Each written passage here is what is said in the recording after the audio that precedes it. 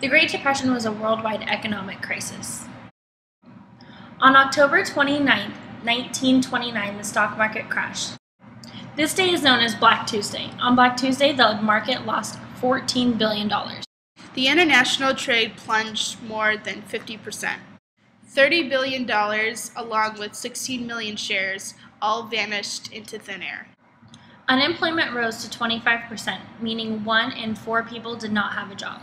In some countries, it rose even as high as 33%. Businesses were becoming bankrupt and industrial production was failing. The dust storms restricted the growth of crops, which caused farming to be practically impossible. These areas suffered as crop prices fell by approximately 60%. In 1933, the New Deal was proposed by President Roosevelt. These proposed changes were to boost the spirits of the American people. The deal provided a lot of new jobs, and its main purpose was to protect the people's banking situations and to build up their economy.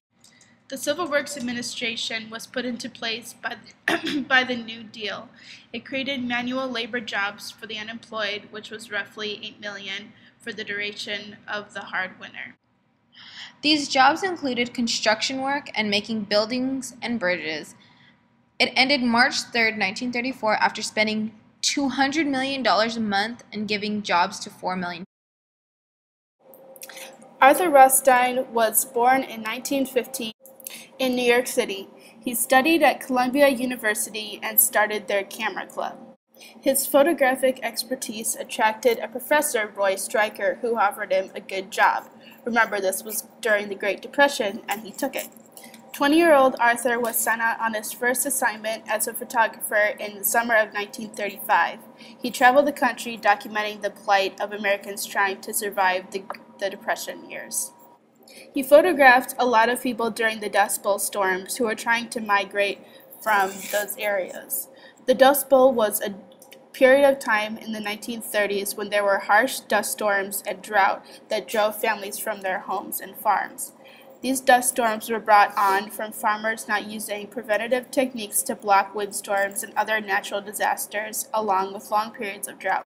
Because of new machinery and techniques, the topsoil was being upturned and was uprooted, causing the dirt and crops to dry up with no moisturization.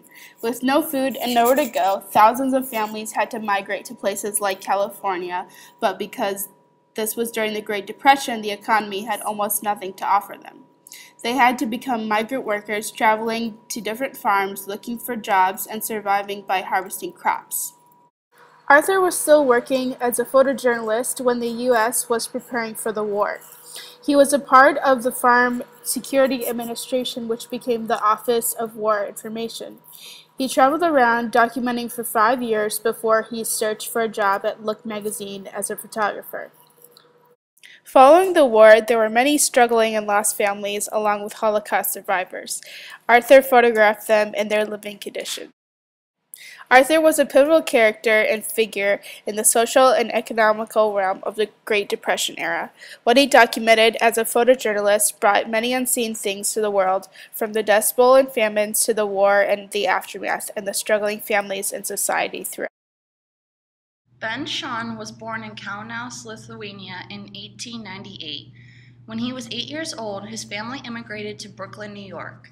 Shahn had a deep appreciation for art and became a lithographer's apprentice in 1913, practicing his skills in printmaking as well as graphic design. He stated that learning the craft was his life's reason and purpose, but drawing and learning how to draw better and better was his private one. After leaving his apprenticeship, Shahn began studying at New York University and the National Academy of Design. Here he emerged as a social realist. His work often depicted what was going on in the news, and his pieces started to be published in magazines such as Art Front, Fortune Magazine, and Harper's Bazaar. In 1931, Shahn moved in with Walker Evans, a photographer who inspired him to take it up as a hobby.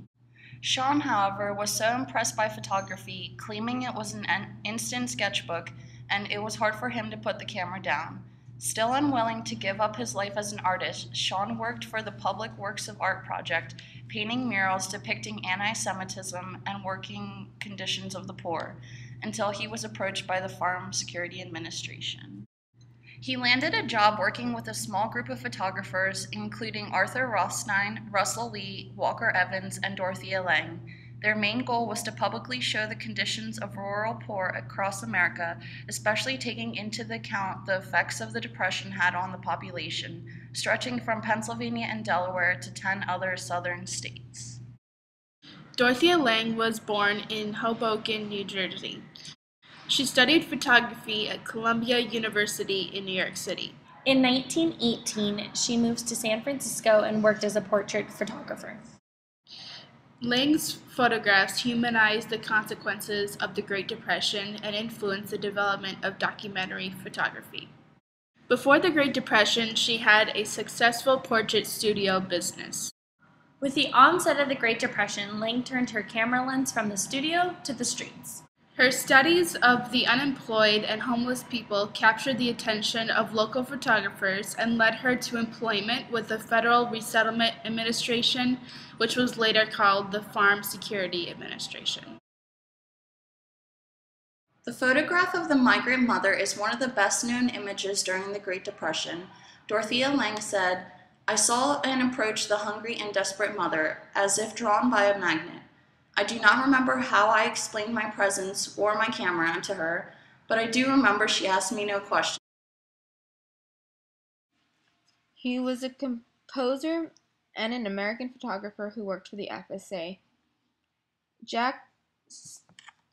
While he attended school, he took classes that were involved with the fields of graphic arts, photography, and music. While Delano was there, he was awarded the Crescent Traveling Scholarship, on which he chose to travel to Europe, where he bought his first camera that got him interested into photography.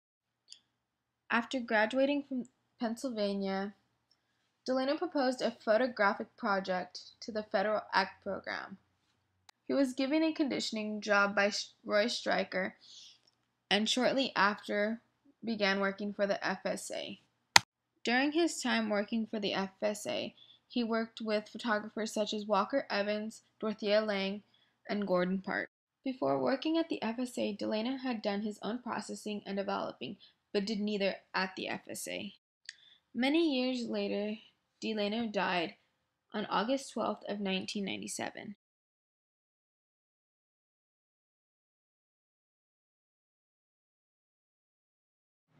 Walker Evans was born November 3, 1903 in St. Louis, Missouri. Mr. Evans took up photography in 1928 when he was living in New York. He was an American photographer best known for his work for the Farm Security Administration. He documented the effects of the Great Depression. His goal was to make pictures that were literate and transcendent. He used a large format 8x10 camera. A lot of his work ended up in the Metropolitan Museum of Art. At the age of 25, Roy Stryker hired him at the Resettlement Administration in October 1935. In 1941, Evans' photographs and Agee's writing skills provided them with the ability to write a book called Let Us Now Praise Famous Men. It documented their stay with 3 white tenant families in southern Alabama during the Great Depression. Walker Evans was also a passionate writer, and in 1945 he became a staffed writer for the Time magazine. Shortly after, he became a professor of photography at Yale University of Art.